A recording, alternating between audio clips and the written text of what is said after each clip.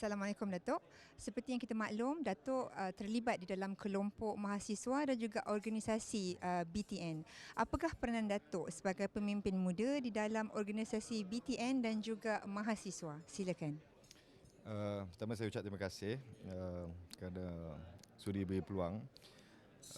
Kalau kita ambil dua soalan berkaitan mahasiswa dan Biro Tata Negara ini. Pertama, saya berada di Jabatan Perdana Menteri untuk melihat tentang operasi peranan Biro Tata Negara. Keduanya, saya mungkin waktu di kampus pernah terlibat dalam aktiviti kemahasiswaan dan pernah jadi pemimpin mahasiswa ketika itu. Mungkin kedua-duanya ini memberi sedikit kelebihan dari segi pengalaman yang boleh saya kongsi. Berkaitan dengan mahasiswa, saya penuh percaya bahawa mereka mempunyai potensi untuk diketengahkan sebagai pemimpin pelapis selain daripada lain-lain kepimpinan yang boleh datang daripada mana juga kelompok. Yang penting mereka mestilah terdiri daripada golongan muda. Sebagai pelapis, mesti muda. Kita tidak boleh ada pelapis yang terdiri daripada orang yang pada usia lewat. Jadi saya mengambil kesempatan itu untuk mencari ruang peluang. Kita selalu ajukan soalan semacam susah untuk terlibat dalam politik. Saya nak jadi pemimpin, kita kena menyertai mana-mana parti politik lah. Tapi pada saya tak boleh terus beralasan. Kita kena cari jalan keluar.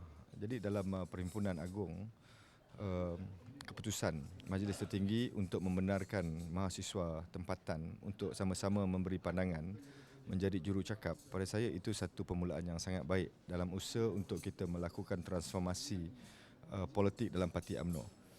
Di sini kita dapat lihat bahawa keputusan kerajaan bukan hanya dibuat oleh pembuat dasar yang mengandaikan sesuatu perkara yang diingini oleh orang muda, tetapi dapat disampaikan oleh orang muda itu sendiri.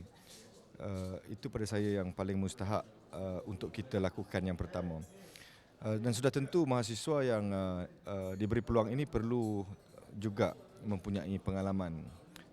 Jangan kita hukum ataupun kita kata betul atau salah, kerana di peringkat pendedahan yang paling penting adalah untuk mereka mengambil tahu proses pembinaan negara kita.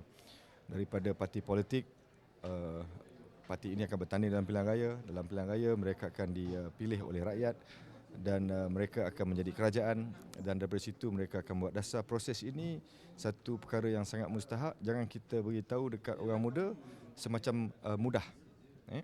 Jadi itu telah dapat kita capai. Keduanya, dari segi Biro Tata Negara, kita tidak boleh melihat one size fits all.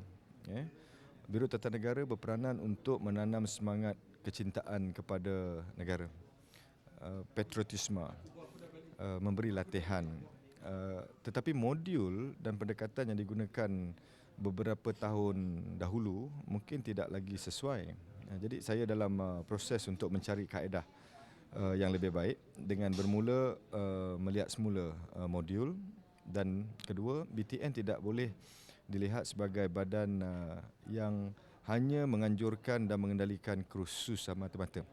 Sebab itu pada tahun hadapan insya-Allah kita akan memperkenalkan satu bentuk pendekatan yang sekarang ini tengah kita siapkan modulnya, yang kita panggil sebagai Explorers Merdeka, bersempena dengan sambutan 40 tahun Biro Tata Negara, yang mana ada elemen kecintaan, ada elemen sayang kepada negara dalam bulan kemerdekaan, sambutan selama sebulan itu, untuk kita adakan Explorers Merdeka. Explorers ni semua orang faham lah. Nombor satu, anak muda akan terlibat dalam program tersebut dalam skala yang besar. Dan dia perlu explore, maknanya mengetahui seluruh negara kita daripada Perlis sampai ke Sabah, supaya mereka tidak hanya memikirkan tentang tempat tinggal mereka sahaja. Keduanya, mereka race, mereka berlumba, bersaing dalam keadaan yang sihat. Ketiganya, dalam bulan kemerdekaan sudah tentu elemen tentang patriotisme, pembinaan negara dapat kita terapkan. Saya percaya perkara ini juga dapat menghasilkan matlamat kewujudan Biro Tata Negara 40 tahun dahulu, bersempena dengan sambutan 40 tahun ini, kita boleh revisit, maknanya melihat semula